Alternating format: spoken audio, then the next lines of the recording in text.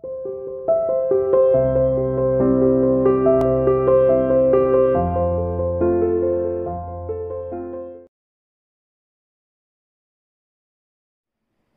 dear student, welcome to C International School online classes.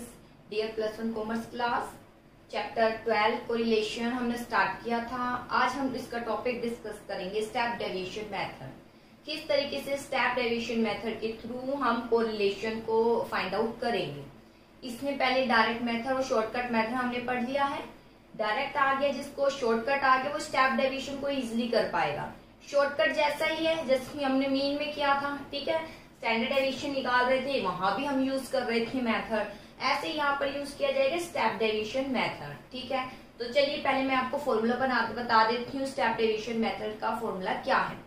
Shortcut method का formula था वही step deviation का है, सिर्फ अंतर ये है dx डैश आ जाएगा, यानी dx को हम डिवाइड कर देंगे उसके कॉमन फैक्टर से, तो dx डैश जाएगा। देखिए सिग्मा dx डैश और इसके मल्टीप्लाई dy डैश माइनस, फिर इसको हम अलग अलग लिखेंगे सेपरेटली रूप से, sigma dx dash multiply sigma dy dash upon n, ठीक है। फॉर्मूला याद होना चाहिए। सबसे पहले आप इसको कंबाइन लिखेंगे, dx और dy को कंबाइन लिखने के बाद इसको सेपरेट कर देंगे ऊपर की ओर, dx अलग और dy, यानी ये दोनों आपस में मल्टीप्लाई हो रहे हैं ना, तो इन दोनों को यहाँ आपस में मल्टीप्लाई शो करके दिखाएंगे, फिर अपॉन n। ये फॉर्मूला आपको याद होना चाहिए।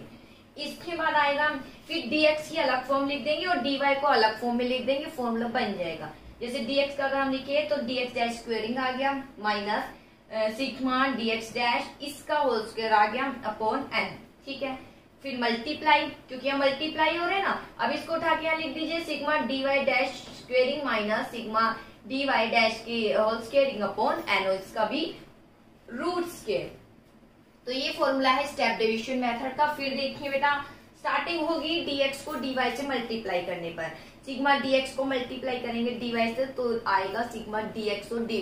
फिर इनको सेपरेट कर दीजिए, क्योंकि ये दोनों एक दूसरे से मल्टीप्लाई हुए थे, तो यहाँ मल्टीप्लाई करके दिखा दीजिए sigma dx multiply sigma dy dash upon n, ठीक है।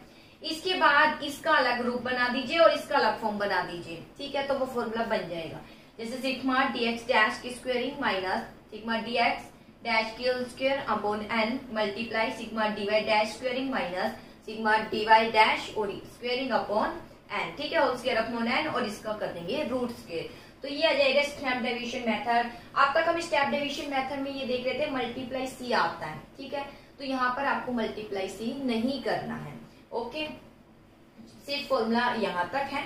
अब देखिए किस तरीके से इसको हम फाइंड आउट करेंगे। फर्स्ट ऑफ ऑल हमारे पास सीरीज होगी प्राइस और डिमांड। कोरिलेशन क्या है? कोरिलेशन ही मतलब कि जो दो सीरीज है उसके बिटवीन कुछ रिलेशन बताना, वो कहलाया जाता है कोरिलेशन, ठीक है। तो यहाँ प्राइस और डिमांड है। प्राइस और डिमांड का कैसा रिलेशन है? नेगेटिव रिलेशन है, यानी प्राइस इंक्रीज होगा तो डिमांड क्या होगी? डिक्रीज होगी। तो अगर यहाँ हम देख रहे हैं प्राइस इंक्रीज है तो ऑटोमेटिक हम देखेंगे डिमांड क्या हो जाएगी? डिक्रीज हो जाएगी। जब प्राइस ₹5 था, कोई भी XYZ वस्तु ले लीजिए तो उसकी डिमांड 40 क्वांटिटी की जाती थी, ठीक है। जब 10 हो गया तो रिड्यूस करके 35 कर दी, ठीक है। जब किसी वस्तु का प्राइस बढ़ता है तो हम डिमांड कम कर देते हैं, डिमांड में क्वांटिटी डिमांड कम कर देते हैं, डिमांड तो रहती है। देखिए किसी कोई वस्तु अगर बन रही है तो यानी उसकी डिमांड है, ठीक है, या उसकी डिमांड है। वो वस्तु तब तक बनेगी जब तक उसकी डिमांड है। फर्क इतना पड़ेगा कि या तो बहुत ज्यादा बनेगी या बहुत कम बनेगी, यानी ज्यादा तब बनाएंगे जब बना सकते हैं और डिमांड उसकी ज्यादा है, कम तब बनाएंगे क्योंकि उसकी डिमांड नहीं है, इतनी कम बिकती है, इसलिए उसको कम बनाएंगे हम, ठीक है। तो ये कहलाया जाता है डिमांड, ठीक है। तो चलिए जैसे ही प्राइस इंक्रीज होता है तो डिमांड कम हो जाती है। डिमांड मतलब कौन सी? क्वांटिटी डिमांड कम हो जाती है, यानी क्वांटिटी हम क्या कर देते हैं? कम कर देते हैं। तो चलिए अब क्वेश्चन डिस्कस करते हैं। यहाँ पर हम स्टेप डेविएशन मेथड निकाल रहे हैं। अगर क्वेश्चन में देखिए तो हमें सिर्फ दो ही डेटा निकालना है, ठीक है। दो कौन कौन से निकालने? हमें दो ही फॉर्म निकालने हैं इसके, सिग्मा dx डैश और सिग्मा dy डैश। जब ये निकल जाएगा तो इसकी स्क्वायरिंग कर लीजिए। और dx कैसे निकलता है मैं बता चुकी हूँ, स्मॉल x निकलेगा जब x सीरीज में से मीन माइनस करेंगे। dx तब निकलता है जब x सीरीज में से एज्यूम इन माइनस करेंगे तब dx आता है। तो चलिए dx निकालिए। dx कैसे निकलेगा, x सीरीज में से एज्यूम इन 1 2 3 4 5 यानी 15 आ गया एज्यूम इन। ठीक है, तो चलिए यहाँ पर आप माइनस कीजिए, 5 में से माइनस कीजिए 15, तो ये आ गया -10, यहाँ आ गया -5, 0 +5 और यहाँ आ गया +10। क्लियर, dx तो आ गया, ये आ गया बेटा यहाँ dx, लेकिन हमें dx डैश चाहिए। तो चलिए dx डैश कर लेते हैं। ये रहा dx डैश। कैसे निकलेगा, dx को उसके कॉमन फैक्टर से डिवाइड कीजिए। कॉमन फैक्टर यहाँ कौन सा ऐसा नंबर है जिसको डिवाइड करेंगे सारे डिवाइड हो जाएंगे, तो 5 ही, और तो कोई नहीं है। 10 से थोड़ी कर सकते हो, 5 से कर दोगे। तो 5 से लेंगे कॉमन फैक्टर, तो यहाँ आ जाएगा 2, यहाँ आ जाएगा 1, 0, यहाँ आ जाएगा 1 और यहाँ आ जाएगा 2। क्लियर, ऐसे ही यहाँ हम निकालेंगे बेटा। ये जो कोरिलेशन का क्वेश्चन है, ये फॉर्मूला ही बहुत लेंथी है, अदरवाइज निकालना कुछ भी नहीं है, बहुत ही सिंपल तरीके से निकलता है। ठीक है, बहुत ही सिंपल तरीके से निकलता है, कोई हार्ड नहीं है, सिर्फ थोड़ी यहाँ कैलकुलेशन ध्यान रखना होता है, वरना क्वेश्चन इजीली निकल जाता है। चलिए y देखते हैं। कॉमन फैक्टर सॉरी एज्यूम इन आ जाएगा a, तो यहाँ पर हम क्या करेंगे, dy आएगा बेटा, ध्यान दीजिएगा। ये कैपिटल Y है तो dy आएगा, कैपिटल Y में इसमें माइनस कर देंगे एज्यूम इन, तो dy माइनस कीजिए 30, तो कितना आ गया 30, यहाँ माइनस कर रहे हैं तो यहाँ तो प्लस का 10 आ रहा है और यहाँ प्लस 5 आ रहा है, 0 है माइनस का 5 आ रहा है और प्लस सॉरी माइनस का क्या आ रहा है 10 आ रहा है। ठीक है, ये आ गया dy, लेकिन हमें dy तो नहीं चाहिए, हमें dy डैश चाहिए। तो चलिए dy डैश निकाल लेते हैं। कैसे निकलेगा, dy को डिवाइड कर देंगे हम कॉमन फैक्टर से। तो चलिए इसको डिवाइड कर दीजिए कॉमन फैक्टर से। मैं ये यहाँ लिख देती हूँ, माइनस से एज्यूम इन माइनस। ठीक है, तो dy डैश निकाल देंगे, dy को डिवाइड कर देंगे कॉमन फैक्टर। क्या आएगा, 5 ही आएगा बेटा। कॉमन फैक्टर क्या आएगा, 5 ही आएगा। ठीक है, 5 से डिवाइड करेंगे तो कितना है 2 प्लस था। इसके बाद यहाँ पर हम जब डिवाइड करेंगे, हाँ जी, ये प्लस यहाँ डिवाइड करेंगे तो यहाँ आ जाएगा प्लस का 1, यहाँ पर आ जाएगा 0 या माइनस का 1 और यहाँ जाएगा माइनस का 2। ठीक है, और बेटा अगर यहाँ पर कॉमन फैक्टर लिखते भी हैं तो भी 0 आ जाए तो भी उसको कट हो जाएगा, 1 ही बचेगा। देखिए कैसे, क्योंकि यहाँ कॉमन फैक्टर y का भी आता है, कॉमन फैक्टर किसका आता है, x का भी आता है। तो कॉमन फैक्टर यहाँ अगर हम देखें तो यहाँ भी 5 है और यहाँ अगर देखें कॉमन फैक्टर यहाँ भी 5 है।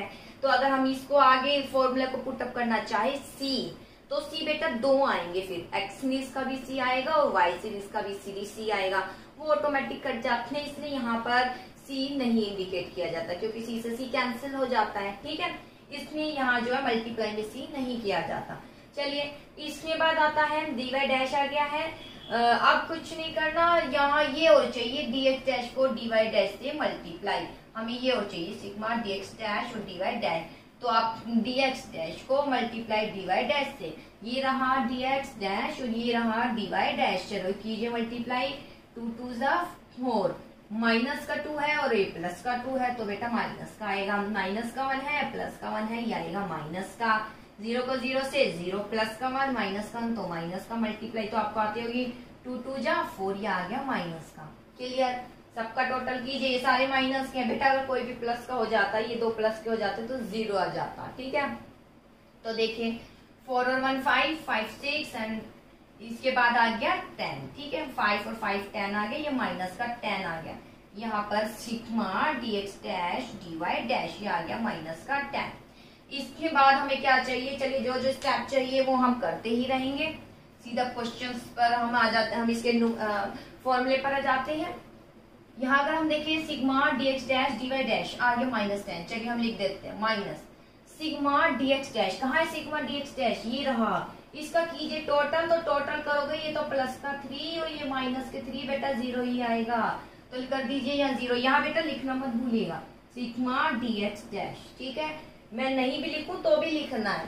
कई बार जैसे बोर्ड पर करा दी तो थोड़े स्पेस नहीं होता तो मैं यहाँ नहीं लिखती हूँ, लेकिन आप जब न्यूमेरिकल करेंगे तो ये सब टर्म लिखनी जरूरी है। इसका टोटल करो तो यहाँ इक्वल लिख रहा है sigma dx dash is equal to 0, ये नहीं सीधा 0 लिख दे, इसके आगे सिग्मा करके ये नहीं लिखा, वो फिर मिस्टेक होती है, वहां कहीं ना कहीं फिर आपके नंबर काट दिए जाएंगे। तो प्रॉपर वे से करना है। ठीक है, इसके बाद आता है dy। अगर dy में देखूं तो कितना है dy डैश, 2 और 1 3 और 2 और 3, ये भी आएगा 0। चलो मैं लिख देती हूँ dy डैश आएगा 0। चलिए तो 0 का 0, यहाँ कैलकुलेशन और इजी हो जाएगी। अब dx डैश स्क्वेयरिंग अगर देखें तो dx डैश स्क्वेयरिंग, अब ये रह गया है बेटा, हमने dy डैश निकाल दिया, dx डैश निकाल दिया। चलिए तो एक और टर्म रह गई है, यानी dx डैश की स्क्वेयरिंग करनी है, तो कर लेते हैं। यहाँ पर अभी यहाँ पर हमने स्पेस छोड़ा हुआ है, चलिए कर लेते हैं। जैसे फॉर्मूला होगा वैसे वैसे आप करती जाइएगा, dx डैश की स्क्वेयरिंग। ठीक है, यहाँ जो हमने देखा जो हमें चाहिए वो मैं करती गई और निकालती गई। अभी तो मैंने n भी नहीं निकाला, n देखूंगी कितना है। चलिए पहले जो हमें पूछा है वो कर दीजिए। ये dx डैश भी पूछा, ये नहीं निकाला तो निकाल लीजिए, क्या दिक्कत है। चलिए निकालते हैं dx डैश स्क्वेयरिंग। 2 2 जा 4 प्लस 1 1 जा 1 0 1 2 2 जा 4, तो कितना आ गया सिग्मा dx डैश स्क्वेयरिंग। 4 और 1 5, ठीक है, 5 और 5 10, यानी प्लस का 10। ठीक है, तो लिख दीजिए, क्या दिक्कत है। 10 आ गया माइनस सिग्मा dx डैश, तो ये रहा सिग्मा dx डैश 0 है। 0 की स्क्वायरिंग अब आता है n कितना है भाई, देख निकाल लेते हैं। अब जो पूछा गया हम निकाल लेते हैं, या तो सबसे पहले निकालिए, जैसे जैसे पूछे वैसे निकाल लीजिए।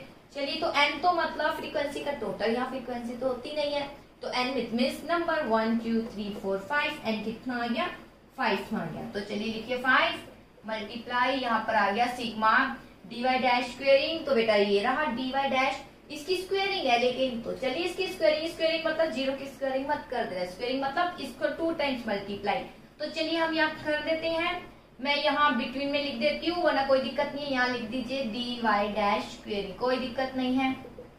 2 2 जा 4 1 1 जा 1 0 1 1 जा 1 2 2 जा 4, कितना आ गया, यहाँ भी आ गया 10। इसके आगे लिख दीजिए बेटा सिग्मा dy डैश स्क्वेयरिंग आ गया 10। चलिए तो dy डैश कहाँ है, dy डैश ये रहा, ये तो 0 है। चलिए 0 की स्क्वेयरिंग, और n कितना है, n तो 5 ही है। अगर हम देखें तो कैलकुलेशन बहुत सिंपल होने वाली है। देखिए -10 है और -10 माइनस 0 को मल्टीप्लाई करोगे तो 0 से 0 ही आएगा, तो यहाँ केवल -10 ही बचेगा। डायरेक्टली मैं -10 ही लिख देती हूँ। ठीक है, इसका सोल्यूशन कीजिए, क्या आएगा 10, देखो 0 को मल्टीप्लाई 0 से 0 5 से डिवाइड करोगे तो 0 ही आएगा। चलिए तो मैं यहाँ लिख देती हूँ 0, इसके बाद सेम एज इट इज यहाँ पर आएगा -0। ठीक है, अब माइनस का 10, अब ये क्या है, माइनस करोगे तो 10 ही आएगा, मल्टीप्लाई माइनस करोगे 10 ही आएगा। और अगर ये आपको टर्म आती होगी, मैथ्स में आपने काफी पढ़ा है, स्क्वायर रूट है, यहाँ भी स्क्वायर रूट है और दोनों सेम है, 10 और 10 दोनों सेम है। सेम नहीं होते तो बेटा हम वो निकाल लेते जो कि स्क्वायर रूट होता है, स्क्वायर रूट निकाल के फिर आंसर निकालते। लेकिन आपने मैथमेटिक्स में पढ़ा है, ये भी √10 है और ये भी √10 है, तो अगर दोनों सेम होते हैं रूट से रूट कट जाते हैं, केवल बचता है 10। ठीक है, जैसे यहाँ आ जाता माइनस, मान लीजिए माइनस रूट को 5 को √5 से मल्टीप्लाई करते हैं तो 5 आंसर आता है, ये आपने मैथमेटिक्स में करा है। ऐसे यहाँ कर लीजिए। चलिए इससे कट हो जाएगा, ये बचेगा 10, ऊपर बचेगा 10, कट हो गया, यानी आ गया 1 क्या है, 1 आ गया एग्जैक्ट यानी परफेक्ट, लेकिन 1 के आगे क्या है, माइनस यानी नेगेटिव। ठीक है, परफेक्ट नेगेटिव कोरिलेशन। ठीक है, दोनों के बिटवीन कैसा रिलेशन है, परफेक्ट नेगेटिव, यानी 100% जो है इनके बिटवीन नेगेटिव रिलेशन है। नेगेटिव आप देख ही सकते हो बेटा, नेगेटिव ही आंसर आता, नेगेटिव क्यों आंसर आता, आपने पहले डेटा देख लिए थे कि एक बढ़ रहा था तो दूसरा क्या हो रहा था, डिक्रीज हो रहा था। एक बढ़ रहा था तो दूसरा भी बढ़ रहा है, तो आंसर वहां पॉजिटिव में आ जाता है। लेकिन और दिख ही रहा है एक बढ़ रहा है, रिलेशन तो यही पता चल रहा है, रिलेशन आपको यही पता चल रहा है। जब प्राइस बढ़ रहा है तो डिमांड, क्वांटिटी डिमांड कम हो रही है, यानी एक बढ़ रहा है और कम हो रहा है ना, यानी नेगेटिव रिलेशन है, तो आंसर नेगेटिव में ही आएगा। ठीक है, आई होप आपको ये क्लियर हो गया होगा। मैंने काफी अच्छे से आपको समझाने की कोशिश की है, सिर्फ आपको ये टर्म पता होना चाहिए। जैसे जैसे क्वेश्चन पे है वैसे वैसे निकालते जाना और पुट अप करते जाना, बस। कोई रह जाता है देख लीजिए क्या रह गया, फिर वहां निकाल लेना, कोई दिक्कत नहीं है, क्वेश्चन निकल जाएगा, बस थोड़ा सा आप कैलकुलेशन की ओर ध्यान दीजिए। ठीक है बेटा, चलिए अब आगे हम देखते हैं। अब आती है प्रॉपर्टी क्या है कोरिलेशन कोफिशिएंट की। देखिए प्रॉपर्टीज क्या है, प्रॉपर्टीज यानी विशेषता ही। R has no unit, r की कोई यूनिट नहीं होती। यूनिट मतलब जैसे यहाँ पे मैंने अभी लिखा ना -1, इसके पीछे कुछ लिखा नहीं है कि रुपीज है, केजी है, लीटर है, कुछ नहीं लिखा, ये ऐसा ही रहता है। तो आज निकालते इसकी कोई यूनिट नहीं होती, इट इज प्योर नंबर, ये प्योर नंबर ही होते हैं। It means unit measurement are not part, यानी इसमें यूनिट मेजरमेंट नहीं है। यूनिट मेजरमेंट मतलब पीछे रुपीज केजी ऐसा कुछ हम नहीं लिखते हैं। जैसे रेंज निकाल रहे थे, हाईएस्ट में से लोवेस्ट माइनस कर रहे थे, ठीक है, वेट का कर रहे थे तो हम वहां लिख रहे थे केजी, पीछे लिख रहे थे केजी, रुपीज है तो रुपीज लिख रहे थे, यहाँ नहीं लिखते हैं, ठीक है। A negative value for indicate N inverse, अगर नेगेटिव वैल्यू है, सब विशेषता आपको पता ही है, नेगेटिव आया है आगे माइनस आया तो इट मींस क्या शो कर रही है, inverse relation between two series. Third if r जो है जीरो है, ये सब हम कर चुके हैं, अगर आर जीरो है यानी आंसर जीरो आता तो आप क्या कहते कि दो सीरीज के बिटवीन कोई रिलेशन नहीं है, ये भी मैं बता चुकी हूँ, ठीक है। आर अनकोरिलेटेड है, दोनों के बिटवीन कोई रिलेशन नहीं है। यदि आर इज इक्वल टू 1 आ जाता है और आर इज इक्वल टू -1, यानी आर इज इक्वल टू 1 मतलब परफेक्ट पॉजिटिव रिलेशन है, -1 जो भी आया है परफेक्ट नेगेटिव रिलेशन है, ठीक है, यानी काफी पॉजिटिव, अगर +1 है काफी स्ट्रॉन्ग रिलेशन है, ठीक है। The value of correlation coefficient lies between, इसके अलावा 1 से 0 के बिटवीन भी इसकी जो है डिजिट आ सकती है, जो कि मैं बता चुकी हूँ, ठीक है। फिर हाई कोरिलेशन है, मॉडरेट है, लो कोरिलेशन है, वो सब बता चुके हैं, वही है सब जो बताया इसकी प्रॉपर्टीज। चलिए इसके बाद रैंक कोरिलेशन आपके सिलेबस में नहीं है, लेसन ऑलमोस्ट कंप्लीट है, बस एक लास्ट बचा है, इंपॉर्टेंस और सिग्निफिकेंस ऑफ कोरिलेशन। क्या इंपॉर्टेंस है और सिग्निफिकेंस कोरिलेशन के, देखिए इंपॉर्टेंस में से क्या क्या फायदे होते हैं। देखिए सबसे पहले तो हमें रिलेशन का ही पता चल जाता है क्या रिलेशन है, ठीक है, यानी प्राइस बढ़ रहा है तो हमारे वस्तु की क्वांटिटी डिमांड डिक्रीज हो रही है तो हम उसके अकॉर्डिंग आगे की प्लानिंग पॉलिसी बना सकते हैं, उसके अकॉर्डिंग आगे चेंजेस कर सकते हैं। गवर्नमेंट जो है अगर टैक्स की रेट इंक्रीज कर देती है तो टैक्स कलेक्शन कम आता है, टैक्स कलेक्शन कम आ रहा है, ठीक है, लोग चोरियां करने लग जाते हैं, ठीक है, टैक्स की चोरी करने लग जाते हैं, तो ऑटोमेटिक कम कर दीजिए, कम कर दोगे तो व्यक्ति क्या करेगा, उसको पे करना शुरू कर देगा, तो यहाँ ये इसका पता चल जाता है। जिसने के फॉलोइंग इंपॉर्टेंस बताएं, first of all formation of law and concept, law पता चल जाता है, कानून, कानून मतलब ये कि रिलेशन कैसा उनका पॉजिटिव है नेगेटिव है, क्या प्रभाव पड़ रहा है। The study of correlation show direct और degree of relationship between variable, variable के बिटवीन को कोरिलेशन का पता चल जाता है, किस डायरेक्शन में चल रहा है, पॉजिटिव है या फिर नेगेटिव है, लॉ का पता चल जाता है। जैसे प्राइस और सप्लाई का कैसा रिलेशन है, पॉजिटिव, प्राइस बढ़ता है तो सप्लाई भी इंक्रीज हो जाती है, क्यों भाई, प्राइस बढ़ गया तो व्यक्ति चाहेगा कि जितना स्टॉक रखा है सारा का सारा मैं उसको क्या कर दूं, सेल कर दूं, तो सप्लाई क्या हो जाती है, इंक्रीज हो जाती है। लेकिन प्राइस बढ़ते हैं तो डिमांड, क्वांटिटी डिमांड इंक्रीज हो जाती है, लो है। Study of correlation, study direction, degree का पता चल जाता है कितना मात्रा में उनके बीच रिलेशन बहुत क्लोज है या थोड़ा कम है। This is help formation of various law, ये हेल्प करता है विभिन्न लॉ कॉन्सेप्ट को बताने में। Law of demand and elasticity of demand, ये लॉ ऑफ डिमांड हम करेंगे माइक्रो में। लॉ ऑफ डिमांड मतलब यही कानून है, यानी नेगेटिव रिलेशन बताता है, जैसे प्राइस बढ़ता है डिमांड क्या हो जाती है, कम हो जाती है, यह है लॉ ऑफ डिमांड। इसके बाद आता है कोज एंड इफेक्ट रिलेशनशिप, कोज बता देता है और इफेक्ट बता देता है, ठीक है। जैसे कि एक स्टार्टिंग में मैंने एग्जांपल बोला था कि बर्ड जो है भ्रमणकारी वो आ गई है जिसके कारण सेरेमनी, वेडिंग सेरेमनी कम हो गई, कोई रिलेशन ही नहीं है, तो यानी उसका क्या प्रभाव आप उस पर डाल रहे हैं, ठीक है। तो चलिए उसके अलावा कोई और देखते हैं, जैसे फिजिक्स में जो बच्चा अच्छा है तो वो मैथ में भी अच्छा होगा, तो कहीं ना कहीं वही फिजिक्स में अच्छा है, वही एक कारण है जिस कारण वो मैथ में जो है अच्छे मार्क्स ले पाता है, वहां उसका रिलेशन है, ठीक है। जैसे अब आपने मैथ ले रखा है तो मैं ये मानूंगी कि आप अकाउंट में भी अच्छे होंगे, ठीक है। चलिए कोज एंड इफेक्ट रिलेशनशिप, तो यहाँ कोज एंड इफेक्ट पता चल जाता है क्या कारण है, जैसे प्राइस बढ़ रहा था ये कारण था और इफेक्ट ये रहा, डिमांड कम हो गई, क्वांटिटी डिमांड कम हो गई, जो भी क्वेश्चन किए हैं प्राइस बढ़ रहा था तो हमने देखा क्वांटिटी डिमांड कम हो गई, कारण डिमांड कम होने का कारण क्या था, प्राइस बढ़ना, और प्राइस बढ़ने का क्या इफेक्ट रहा जी, क्वांटिटी डिमांड कम हो गई, प्रॉफिट भी हमारे कम हो जाएंगे।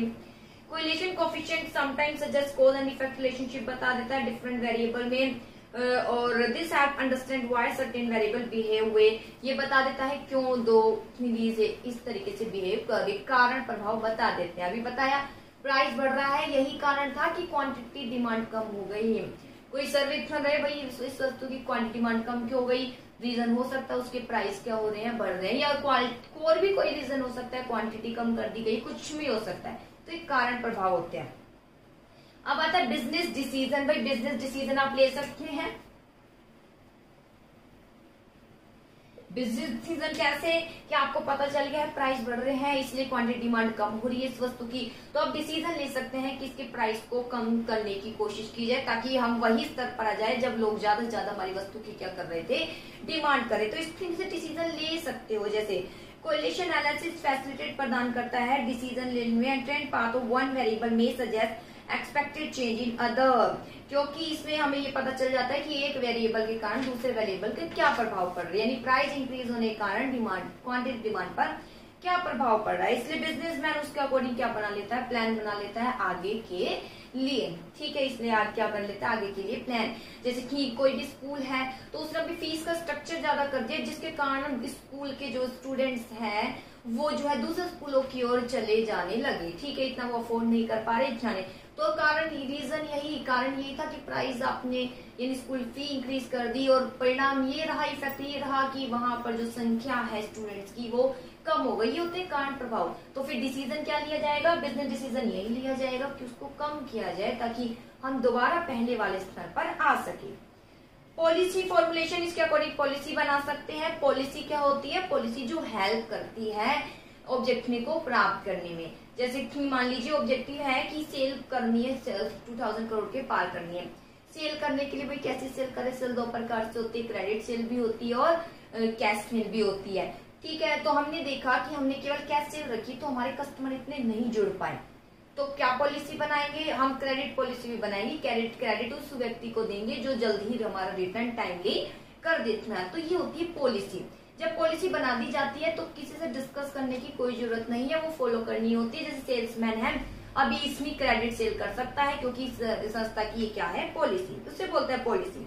Correlation analysis also help policy formulation. Correlation policy formulation में हेल्प करता है।